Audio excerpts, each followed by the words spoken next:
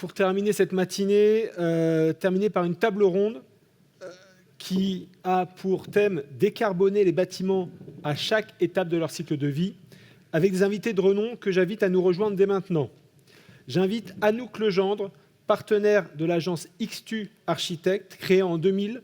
Vous êtes profondément engagé dans la cause écologique et climatique avec une approche écosystémique de la ville et de l'habitat. J'invite aussi Axel Schoner, directeur de l'agence franco-allemande Axel Schoner Architecte, fondée à Paris en 1999. Avec une équipe multiculturelle, l'agence développe ses activités en France, à l'international, dans le domaine de l'architecture d'intérieur et du design. Nous accueillons François Gilardo, directeur général adjoint de Schuco. Vous développez avec vos équipes une approche globale avec un matériau toujours plus performant et hautement compatible avec la démarche vertueuse des constructions durables. Nous accueillons Bruno Ribach, qui va nous partager l'approche et la vision des façadiers en tant que président du comité technique du SNFA. Et enfin, la modératrice pour cette table ronde, Laura Cassani, responsable service façade chez Aya Ingénierie. À vous.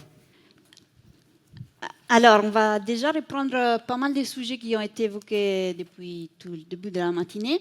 En particulier, on va reparler alors de comment la France compte répondre à un des enjeux principaux des décennies à venir, c'est-à-dire la décarbonation de nos filières économiques, plus globale de notre société.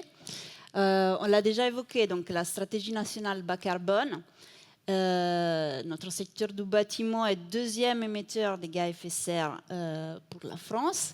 Donc on est bien concerné par la stratégie nationale bas carbone qui pour notre secteur impose des objectifs assez ambitieux. Donc, à l'horizon 2030, on vise la réduction des gaz à effet de serre de moins 49% par rapport à 2015 pour arriver à la neutralité carbone d'ici 2050. Les acteurs de la filière, en 2023, ont présenté au pouvoir public leur propre feuille de route de décarbonation des bâtiments. Et c'était le fruit du travail de plus de 500 personnes qui étaient organisées en différents groupes de travail. Et en particulier, les 4 thématiques principales du travail étaient la rénovation, la construction neuve, les composants du bâtiment et les usages. Et c'est autour de ces 4 thématiques qu'on voudrait aujourd'hui axer notre discussion. Donc on commence par la rénovation, qui est la voie de décarbonation principale de notre secteur. Alors on a dit l'empreinte carbone du secteur du bâtiment, c'est environ 25% de l'empreinte carbone de la France. Et 2/3 de cette empreinte carbone sont représentés par les consommations d'énergie. Donc, une grande partie par les parcs immobiliers existants. On vise la décarbonation complète d'ici 2050. Ça veut dire que les parcs immobiliers de 2050, il y a une grosse partie déjà là. Donc il faut qu'on intervienne sur les bâtis existants. Comment le faire ? Là, je vous rappelle les principaux leviers indiqués dans la feuille de route. Donc il faut déjà commencer par massifier la rénovation globale. Aujourd'hui, les rénovations qui sont entreprises, il y en a seulement 1/10 qui sont des rénovations globales. À la place des rénovations globales, aujourd'hui, on fait des petites interventions de rénovation ici par là. Donc, il faut changer des méthodes. Il faut penser à la rénovation plus globale des bâtiments. Donc, ça veut dire aussi donner les aides pour les faire. Une fois qu'on a augmenté le nombre de nos rénovations, il faut augmenter aussi nos objectifs, donc l'efficacité de la rénovation. Et par exemple, en se donnant un niveau de consommation BBC comme objectif. Et après, une fois qu'on s'est donné l'objectif, il faut qu'on puisse mesurer les résultats. Donc c'est important de pouvoir mesurer à la fin, on l'a vu dans le projet précédent, de mesurer la performance qu'on a atteint pour être sûr que ce qu'on a conçu respecte bien les objectifs qui s'est donnés au début. Je voulais citer Anne Lacaton et Jean-Philippe Vassal, qui, lors de leur discours des remises du prix Pritzker, ils ont dit il est urgent d'arrêter de démolir, d'éliminer, de supprimer, de couper et de répartir de la ville telle qu'elle est, parce que tout ce qui nous entoure est patrimoine. Alors, ça peut paraître évident, mais effectivement, déjà, si on conserve au maximum l'existant, déjà là, on a les majeurs leviers de décarbonation.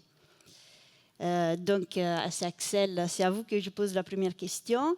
Ça paraît évident, du coup, que l'état de l'existant doit devenir une donnée d'entrée pour la conception. C'est quoi votre point de vue? Merci Laura. Alors, nous, on travaille beaucoup en contexte urbain, donc dans les centres-villes. Donc, en principe, je n'ai pas attendu les nouvelles règles du PLU climatique pour avoir une réflexion sur l'existant. Donc, en principe, la première chose qu'on fait, c'est toujours faire un audit ou une analyse de l'existante, faire une recherche historique avec des historiens pour voir qu'est-ce qui était construit quoi, qu'est-ce qu'on peut garder, qu'est-ce qu'on devait peut-être enlever, et comment on va modifier les choses. Donc pour moi, l'existence, c'est la base du concept. Donc après, on a déjà travaillé ensemble sur la maison Bayard, on a eu des bâtiments différents et on a arbitré qu'est-ce qu'on devait enlever parce que ça ne fonctionne vraiment pas, parce que c'était une rajoute dans les années 50, 60, surélévation. Donc à un moment, ça ne fonctionnera plus. Donc, la base, c'est vraiment une bonne analyse de l'existante. Et après, ce que nos collègues ont dit déjà tout à l'heure, évidemment la réversibilité. Donc, quand on commence avec une bonne réflexion de ça, et on travaille avec les services instructeurs des ABF, la ville de Paris, etc., en bonne pré-instruction, mais ça compte aussi dans d'autres villes, je pense qu'on arrive à avoir un projet qui s'inscrit dans le patrimoine qui est déjà là, et on essaie de rajouter les choses d'aujourd'hui et trouver un bâtiment qui est extrêmement développement durable, avec une consommation très très faible. Donc ça concerne tous les éléments, la structure, le lot architectural, la technique, le lot façade évidemment, et la cinquième façade, la toiture, que est mon jeu terrain préféré. Parfait. Alors, passons au deuxième levier d'action. Donc, il faut axer notre action aussi sur les composants. Donc, on en a parlé. Il s'agit d'agir sur les produits, sur les systèmes constructifs. Comment les faire? Déjà, il faut se donner les moyens d'avoir les données d'entrée, les données environnementales, les fiches FDES de tous les produits. On a vu le travail tout à l'heure des Saint-Gobain. Au niveau industriel, d'optimiser les processus industriels. Donc, gros thématique pour beaucoup d'industriels, le remplacement des énergies fossiles. Et après, l'emploi des matériaux moins carbonés. Donc, tout ce qui est bas carbone, biosourcés, géosourcés, les éléments, on a vu, issus du réemploi, du recyclage. Et donc, c'est à Schuco que je pose la question, en tant qu'industriel. Comment vous agissez en tant qu'entreprise pour optimiser vos processus? Et quels sont les engagements environnementaux que vous avez pris? Je commencerai par l'engagement environnemental. On a un engagement dans le groupe, c'est d'atteindre la neutralité carbone en 2040. Ça a été clairement défini par notre CEO. Et puis ensuite, notre engagement, il a essayé d'être défini tout à l'heure et détaillé par Oliver Hans quand il a présenté notre Schuco Carbon Control, qui est véritablement le plan Schuco pour à la fois réduire et décarboner notre activité et l'activité de notre filière, tant au niveau de la conception, de la réalisation, de l'usage des bâtiments et derrière de leur recyclage. Et je ferai un focus peut-être sur 2 points, c'est-à-dire, ça a été dit plusieurs fois au cours de cette matinée, la décarbonation de nos produits, elle passe dans l'usage de produits recyclés, mais il n'y en a pas assez. Ça a été dit aussi par Olivier Hans, c'est-à-dire beaucoup d'industries, on le voit aujourd'hui, l'automobile, est très demandeuse d'aluminium recyclé, et on ne démonte pas tant d'aluminium aujourd'hui. On le fait beaucoup dans les bâtiments tertiaires, dont on a parlé ce matin, mais quand on a vu les photos qui ont été présentées par François Roux sur les fenêtres, en fait, on démonte aujourd'hui sur de la fenêtre principalement du bois pour remplacer par de l'alu, du PVC et aussi du bois. Mais on n'a pas un gisement phénoménal d'aluminium. Donc le gisement d'aluminium va nous venir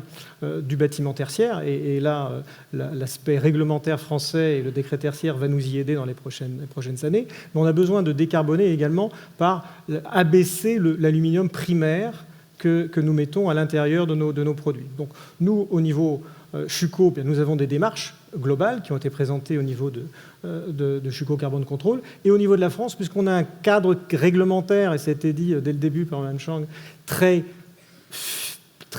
large en termes de nombre de réglementations, avec l'Aéro 2020 en particulier, qui s'applique sur le neuf, mais qui peut s'appliquer aussi sur la rénovation, la réhabilitation, on l'a vu tout à l'heure, eh bien, on va plus loin, et on le fait, nous, chez Chuco SCS, Chuco International SCS, on le fait par l'intermédiaire d'une démarche collective, puisque nous nous associons au SNFA dans une démarche qu'on appelle ALU+C-, qui veut dire que nous allons non seulement intégrer des billettes, et nous intégrons d'ores et déjà des billettes plus basses en carbone à l'intérieur de nos produits, que ce soit des fenêtres et des façades, mais aussi d'autres produits.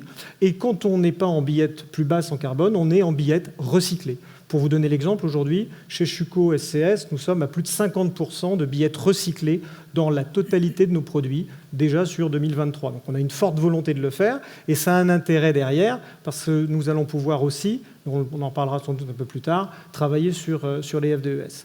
Le deuxième sujet, c'est pour avoir du recyclé, il faut le capter. Et capter ce recyclé, ça peut se faire par ce qu'on disait, le démontage et le démantèlement des châssis et des façades, en particulier tertiaires. Mais là aussi, un cadre national qui s'appelle la REP, PMCB, dont vous connaissez tous l'implantation, la mise en place depuis l'année dernière, elle ne définit pas clairement la boucle fermée. Et donc, chez Chuco, nous avons décidé d'aller plus loin que la REP et de faire directement, grâce à nos clients qui sont amenés à faire de la réhabilitation, d'aller directement capter les menuiseries en sortie de chantier, entre guillemets, en démontage, et de pouvoir les renvoyer dans notre industrie directe, l'industrie Chuco, avec nos partenaires qui sont des fondeurs et qui sont des fabricants de billettes. Donc ça, c'est quelque chose qu'on commence à mettre en place. On a un premier chantier qu'on va démonter dans les prochaines semaines sur Marseille, et on a un certain nombre de chantiers sur lesquels on va proposer la même chose aux donneurs d'ordre, à nos clients, pour pouvoir aller capter directement cet aluminium et qu'on soit sûr qu'il ne retourne pas dans un circuit qui va aller, on ne sait pas où, dans l'automobile, dans d'autres pays, etc. Donc capter cet aluminium pour pouvoir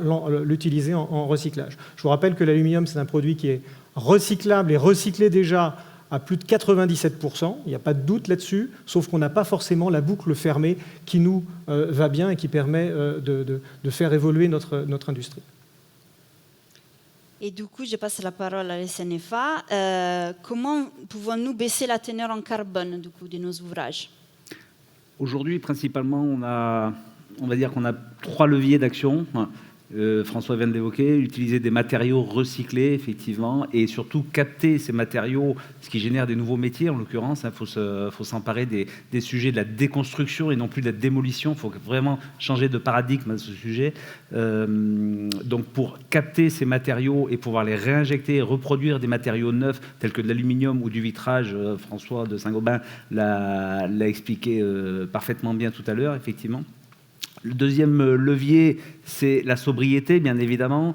Less is more pour nos amis anglophones qui sont présents dans la salle. Évidemment, arrêter de surdimensionner nos ouvrages.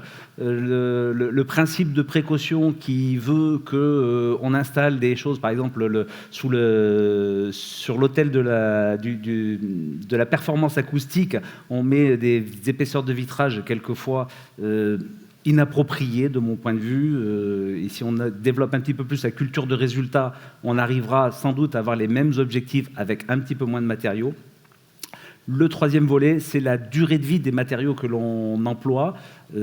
Aujourd'hui, des matériaux à durée de vie courte nécessitent des remplacements durant la phase d'exploitation de la façade et vient pénaliser en termes de carbone le poids de la façade. En l'occurrence, aujourd'hui, les façades sont qualifiées pour une durée de vie de 50 ans et on a un composant important qui a malheureusement une durée de vie de 30 ans et qui a un poids non négligeable dans le cadre de la réhabilitation, en tout cas de l'amélioration des performances de la façade. Il faut savoir penser aussi long terme dès aujourd'hui. Passons à l'autre thématique. Donc, on l'a vu tout à l'heure, la construction neuve. Donc, dans la construction neuve, les 80% en fait de l'empreinte carbone qui sont liées aux matériaux et produits de construction sont affectés à la construction neuve. Donc, il s'agit tout d'abord de commencer par optimiser chaque mètre carré construit. Donc, construire en fonction du nombre d'occupants, en fonction de leurs besoins actuels et futurs aussi, donc prévoir des espaces qui soient flexibles, employer, on l'a vu dans les composants, des matériaux qui soient moins carbonés. Par exemple, un des leviers d'action qui est proposé dans la feuille de route, c'est privilégier, par exemple, quand possible, les surélévations. Ça permet de ne pas encore continuer à artificialiser les sols. La végétalisation aussi du bâti, alors que ce soit le bâti au plus au sens large, l'îlot, ça permet de créer des îlots de fraîcheur, de combattre les problèmes de réchauffement, du confort d'été.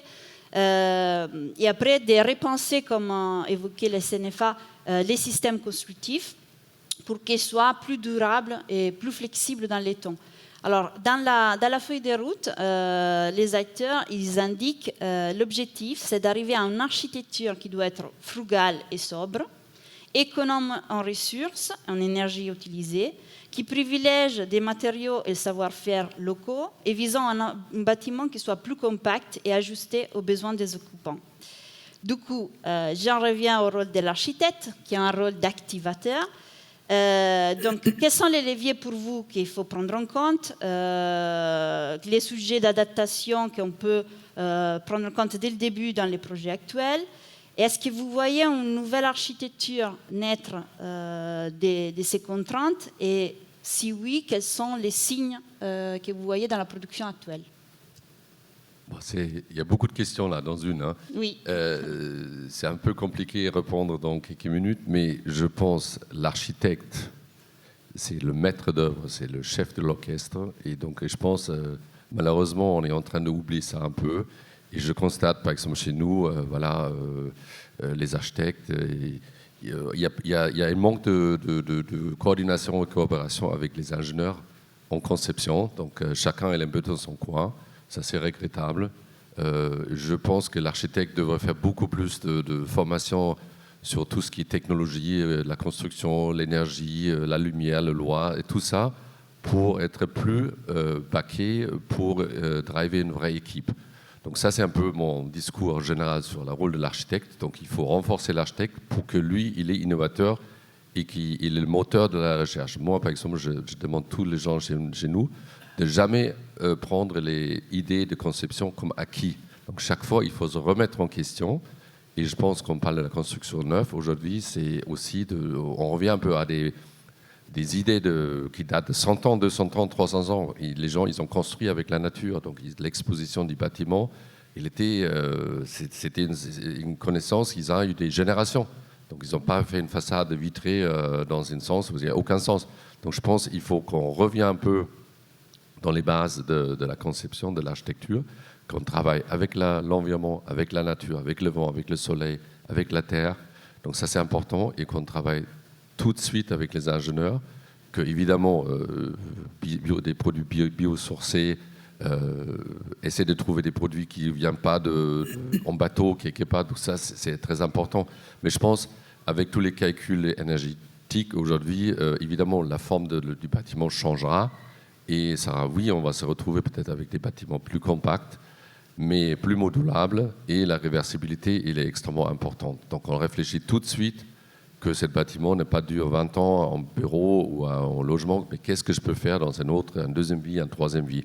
Donc je pense, oui, ça change, mais on a aussi des outils de travail aujourd'hui qui sont en développement incroyable. Je parle de BIM, donc on construit tous en 3D déjà. Et maintenant, les nouvelles choses avec l'intelligence artificielle, voilà, bon, on ne va pas encore, on y va, mais je pense qu'il y a des outils qui se développent qui vont nous aider énormément dans ce sujet-là. J'espère que j'ai répondu. Oui, ça va. Merci. Alors, une question pour Anouk. Votre agence travaille pas mal sur le sujet. quelle place sera pour vous, quelle place on sera donné en matériaux biosourcés d'ici déjà 2030?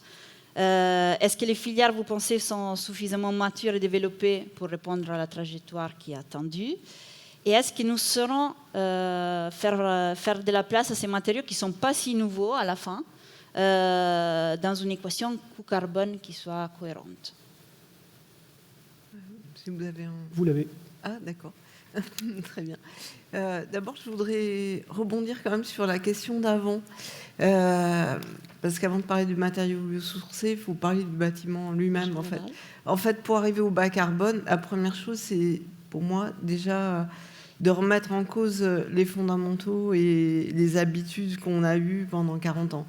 Déjà, les programmes... Enfin, évidemment, le client a des programmes.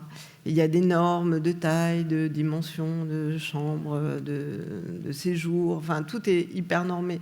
Tout est hyper normé en fonction de bâtiments qui sont à l'origine faits en béton. Donc, les normes, elles dépendent de ça, en fait, aussi.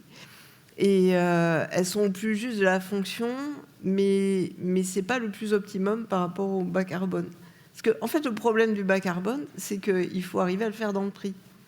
Enfin, il y a quand même un sujet là, c'est qu'aujourd'hui, il n'y a juste pas d'argent pour faire les projets.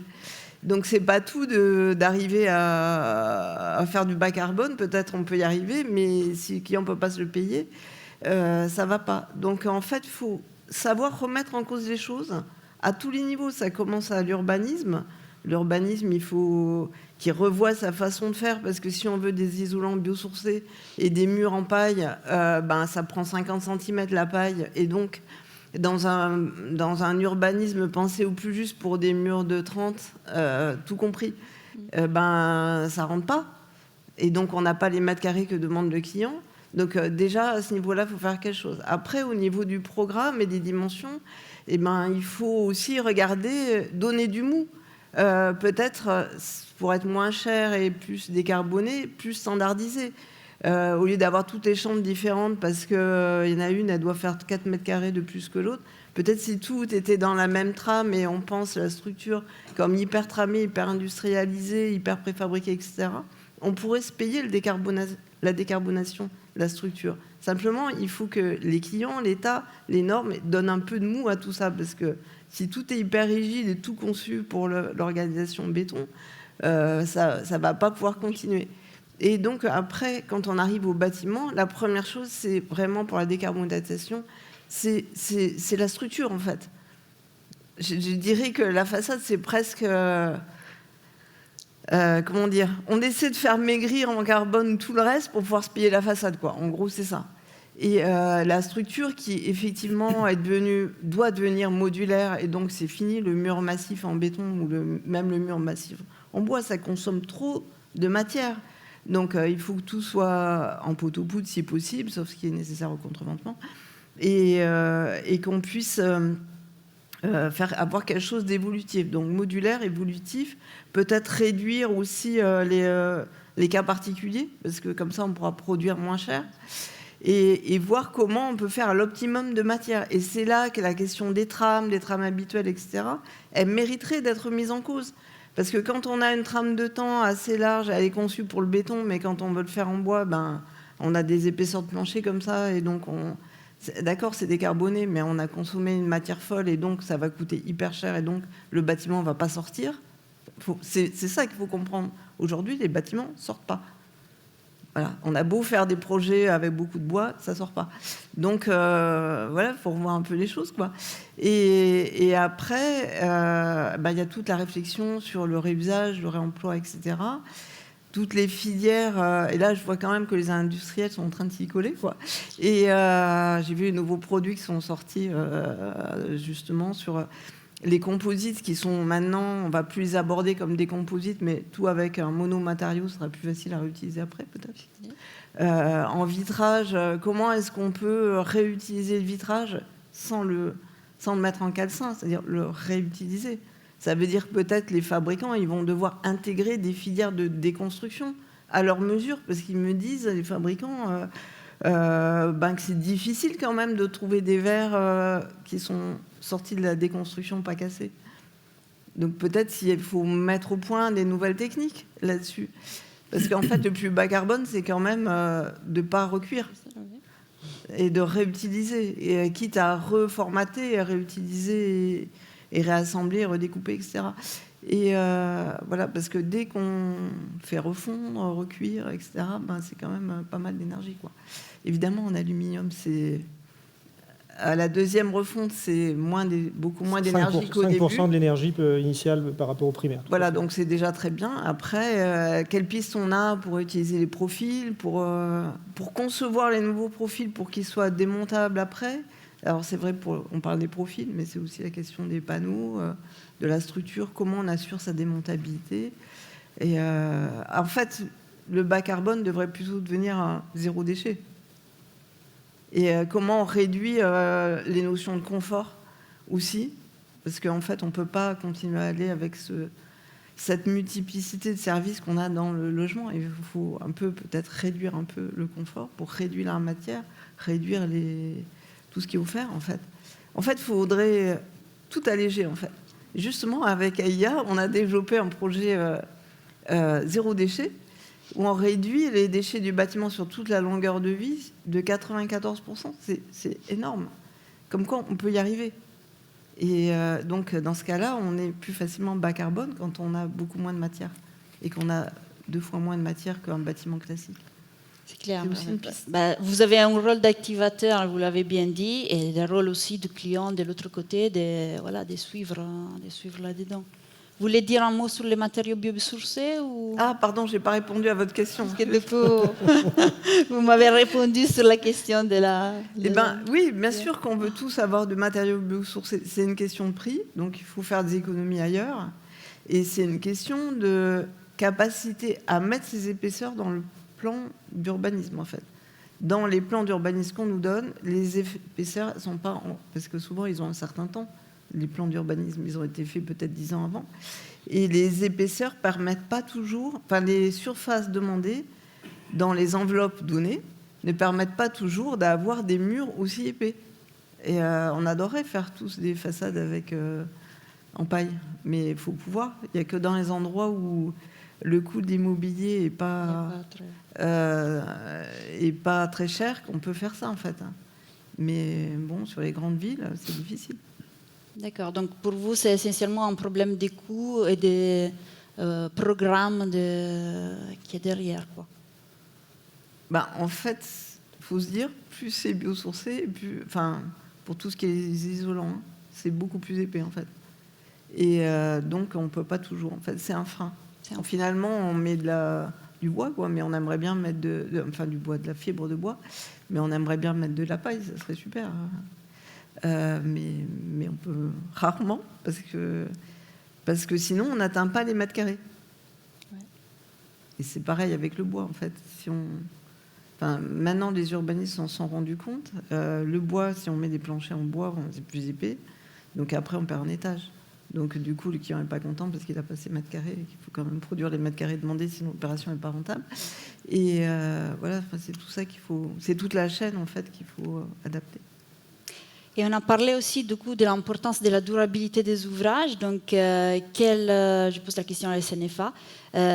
Comment, selon vous, quels sont les leviers pour augmenter cette durabilité?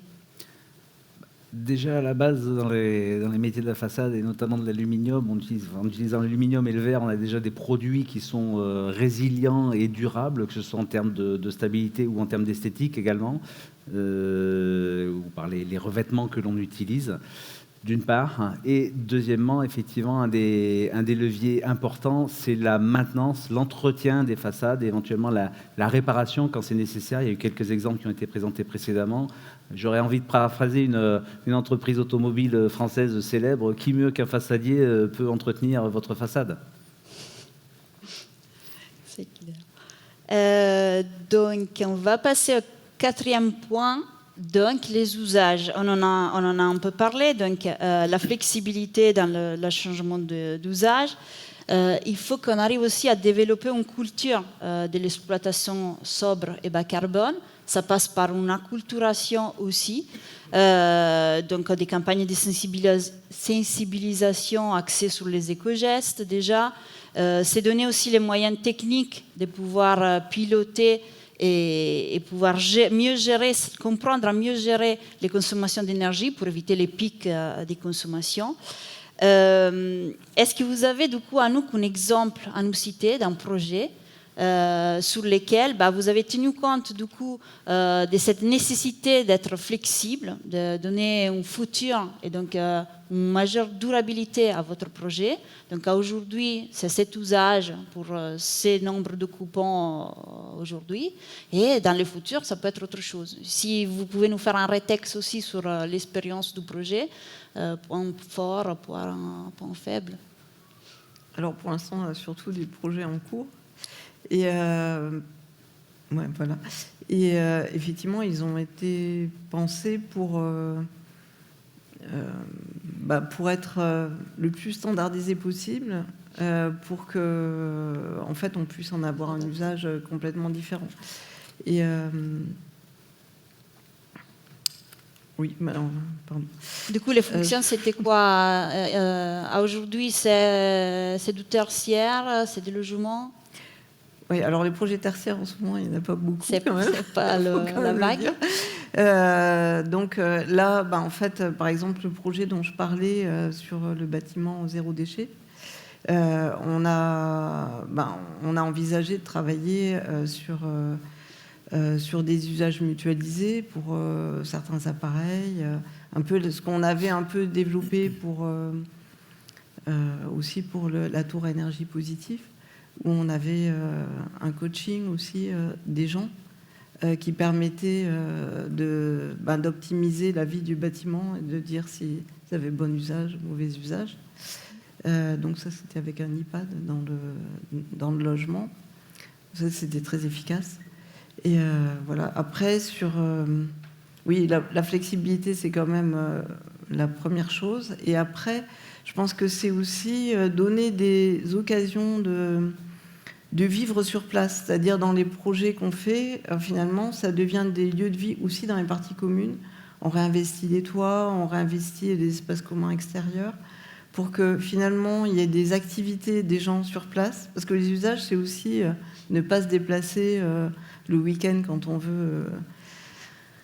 veut aller à la campagne s'aérer. Donc, du coup, si on a la campagne à la maison, c'est mieux. Donc, si on fait revenir la nature, des jardins, des potagers, etc., enfin, des choses qu'on va pratiquer ensemble, ça permet à la fois d'avoir une vie sociale sur place, une activité avec ses enfants sur place, de s'aérer sur place. Et ça fait que les gens ils vont moins se déplacer. Ils vont plus rester. Donc, ça a l'air un peu tortueux comme raisonnement, mais en fait, non. Parce que, en fait, le temps qu'on passe à se déplacer, à aller loin, c'est du carbone aussi. Si on vit davantage sur place, c'est mieux. Donc ça, c'est ce qu'on propose maintenant à chaque projet. Et bon, pour les bâtiments qu'on a livrés avec des locaux communs, ça marche, des espaces communs extérieurs, ça marche assez bien.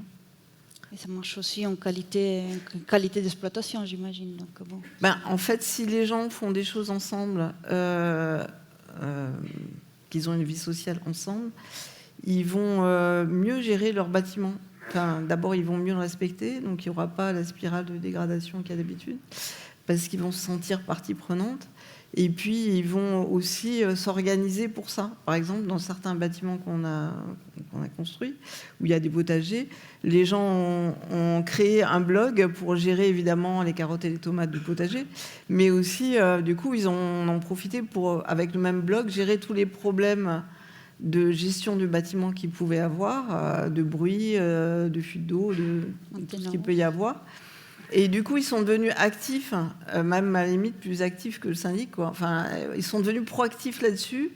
Et c'est vrai que ce bâtiment, c'est sur les terrasses à Nanterre, terrasse 11. On va le voir, il a plusieurs années, presque 10 ans. On a l'impression qu'il est toujours neuf, quoi. Donc, parce que les gens, ils sont à fond dessus, quoi.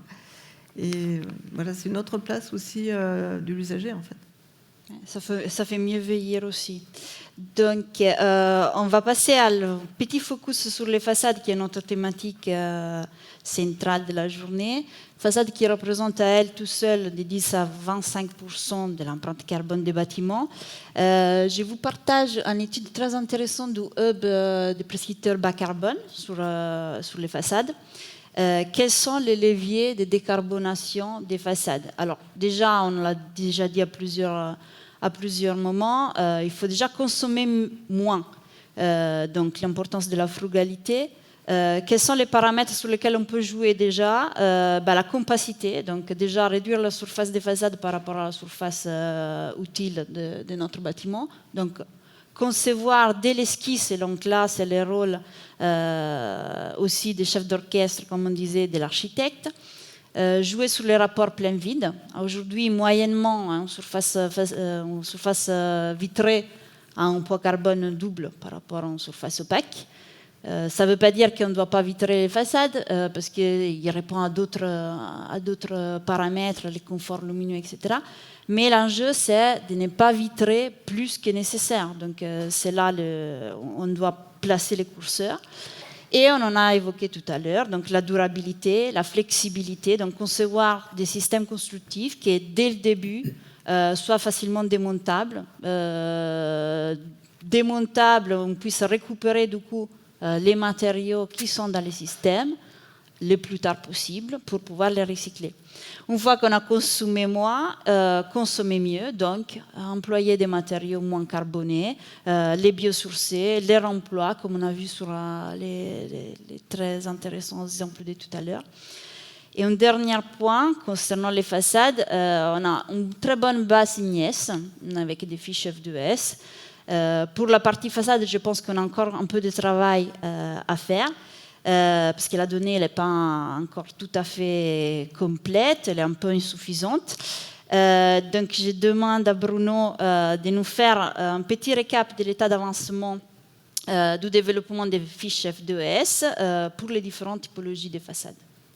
Alors, les fiches F2S pour les façades en aluminium, en tout cas, elles sont établies par le SNFA. Elles existent sur la base IGNES, elles existent depuis 2009, à une époque où il y avait 10 fois moins de F2S qu'aujourd'hui.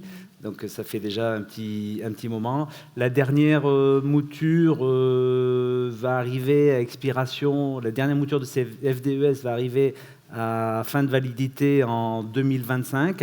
Elle est associée à un configurateur aujourd'hui qui permet d'affiner en fonction des composants, des poids des composants, l'aluminium, le verre notamment, d'affiner le poids carbone de la façade réalisée et d'obtenir une FDES personnalisée par rapport à ça.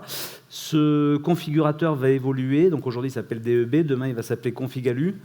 Il va être amélioré, optimisé, on va intégrer les nouveaux verres comme ceux qui ont été évoqués tout à l'heure par Saint-Gobain pour pouvoir justement, encore une fois, trouver des bras de levier pour avoir des produits moins carbonés et avec des FDES personnalisés au projet, spécifiquement. La clé, c'est le configurateur, clairement. Et est-ce qu'on a quelques points que vous voulez rajouter en Chouco? Oui, alors en complément de ce que vient de dire Bruno, c'est qu'au niveau du SNFA, donc on s'associe, Chouco s'associe à la démarche collective, on est en train de faire également les FDES fenêtres, nouvelles moutures, donc les FDES fenêtres, nouvelles moutures, avec là aussi des fenêtres simple en termes de modèles pour certaines d'entre elles, et ensuite une configuration là très large. Configuration très large, beaucoup plus large que ce qu'on a aujourd'hui sur la façade, pour ceux qui connaissent déjà la configuration façade. Une configuration qui sera très large, comme le dit Bruno, en termes de vitrage, et on va mettre beaucoup de vitrage. Et ça, c'est en fait l'existant et les chantiers qu'on a pu voir tout à l'heure avec François Roux, qui ont déjà été faits, qui nous permettent au niveau collectif d'intégrer des vitrages de ce type-là. Parce que pour tous, une FDS collective doit se baser sur de l'existant. On ne peut pas simplement faire de la projection en disant dans 3 ans, on va avoir tel pourcentage de vitrage bas carbone qui va nous permettre de réduire. Non, il faut montrer d'ores et déjà à la société qui est notre sous-traitant qui va établir les fiches FDES et aussi aux vérificateurs qu'il y a une réelle existence des produits que nous mettons à l'intérieur des FDES collectifs. Donc la configuration sur la FDES se fera par le vitrage, se fera aussi par les typologies de fenêtres. et les poids de fenêtres, parce qu'on peut être amené à faire des fenêtres qui sont fines, parce qu'on a tout type de fenêtres, du coulissant, de la frappe, l'ouvrant caché, l'ouvrant visible, tout type de dormant également, donc on pourra avoir dans la configuration, et ça je le dis pour tous les bureaux d'études environnementaux et tous ceux qui vont établir demain et avoir besoin de ces FDES, un maximum de données, et ensuite on le fera aussi, comme le disait Bruno, sur la partie façade. Du côté Chuco, on a des IPD, vous connaissez tous la différence entre les IPD européennes et les FDES françaises. La RPC qui nous arrive depuis quelques mois venant de Bruxelles va peut-être amener des modifications à tout ça. Pour l'instant, c'est trop tôt pour le dire. Mais en tout cas, on a nécessité pour notre besoin français, pour répondre à la RE 2020, pour continuer à avoir des fenêtres, parce qu'on ne va pas tous vivre dans des logements sans fenêtres, en effet, même si thermiquement c'est peut-être meilleur, on verra. Mais de toute façon, si on veut profiter aussi de la vie de l'extérieur et du potager qui est en bas et du parc qui est à côté de chez soi, il faut aussi des fenêtres pour vivre avec et pas avoir envie de partir à la campagne tous les week-ends. Donc on va améliorer aussi le contenu de nos FDES collectives à ce niveau. Voilà. Et le configurateur fenêtre, ça serait pour quand Le configurateur sur la partie fenêtre, ce sera pour début 2025. Parce que ça, c'est déjà dans les tuyaux et c'est en cours. On est en cours de collecte globale de tous les acteurs du marché qui sont membres du SNFA, dont nous sommes. Et on sera super content en tant qu'architecte qu'avec leur configurateur, on puisse avoir des fenêtres qui soient mieux notées. Parce que, en fait, c'est vrai qu'aujourd'hui, les ingénieurs environnement, ils nous demandent de réduire les fenêtres, parce qu'au niveau carbone, c'est pénalisant à cause des vitrages. Mais enfin, bon, quand même, il faut y voir, quoi. Il faut que... Enfin, il y a des gens qui habitent derrière, ils n'habitent pas derrière un taux carbone, quoi. Et on a l'impression d'être comme en 95 où toutes les fenêtres étaient devenues toutes petites, ce qui fait qu'après on a dû refaire ces bâtiments parce qu'ils étaient invivables. Et là on nous demande de réduire. Alors évidemment les maîtres d'ouvrage c'est moins cher pour eux aussi, donc ils encouragent, mais enfin bon les architectes ils se disent après il faut y vivre dedans. Donc on sera content d'avoir de meilleures performances sur les fenêtres et aussi sur les vitrages. Je vois que les fabricants de verre sont en train de travailler sur meilleur taux carbone de leurs fenêtres et j'espère qu'on va y arriver quoi, parce que sinon c'est vraiment triste et difficile aussi aujourd'hui de concevoir des fenêtres, pas des fenêtres, des produits de façade qui soient à la fois performants et comme on veut architecturalement. Pourquoi ? Parce qu'il y a ces fameuses fiches dont vous avez parlé. Et alors certains produits ont leurs fiches et d'autres n'ont pas. Alors ceux-là, ils sont pénalisés. Et tous les produits classiques, souvent, ils n'ont pas. Donc finalement, des produits qui ont un retour d'expérience de 300 ans, ils n'ont pas leur fiche, quoi. C'est bête, quoi. Et parce que finalement, s'ils ont un bon retour d'expérience sur plusieurs centaines d'années, peut-être ils sont pas mal, quoi. Et voilà, donc ça, c'est un... Il y a un truc à faire évoluer là-dessus, je trouve. Parce que c'est quand même un peu pénalisant. Et un des éléments importants sur les fiches FDES qu'il faut bien comprendre, c'est non seulement la partie aluminium, la partie construction, la partie démontage, mais aussi la partie vitrage. On le disait tout à l'heure, Bruno le disait, c'est que dans la façade, globalement, on a 60% du poids carbone de la façade sur 50 ans vient du vitrage. Donc on est très content que nos partenaires dans le vitrage améliorent le poids carbone. Et on est aussi très content que demain, on recycle plus, parce qu'en fait, ça apparaît à deux niveaux. Ça apparaît au niveau du carbone qu'on y met, mais aussi au niveau du carbone qu'on évite avec le module D, parce qu'aujourd'hui, globalement, dans nos FDES, c'est 2% de vitrage qu'on peut intégrer en termes de recyclage. Donc ça veut dire que ça doit augmenter demain, et ça va être très positif pour globalement la filière d'avoir beaucoup plus de vitrage recyclé qui sera prouvable et qu'on peut pouvoir, année après année, intégrer dans nos FDES. Donc ça veut dire qu'on va non seulement faire des FDES configurables, mais on va faire aussi des FDES qui vont s'améliorer petit à petit, parce qu'on va y rentrer de plus en plus à la fois de contenu bas carbone et de taux de recyclage. Sur l'alu, ce n'est pas le cas parce qu'on est déjà à 97, donc on ne va pas faire mieux. Par contre, sur le vitrage, on va faire mieux dans les prochaines années. C'est ça qu'il faut se donner comme aspect très positif demain. Et même sur le réusage. Et sur le réusage. Parler avec eux, en fait, si on arrivait à réutiliser, à reformater dans l'usine, ça veut dire qu'il faut transformer l'usine, évidemment. Mais on pourrait réutiliser les verres plats. Aujourd'hui, la limite de la filière réutilisation de verres plats, c'est son réusage direct. C'est son reconditionnement, en fait. Parce que là, on n'aurait pas besoin de refaire au fond.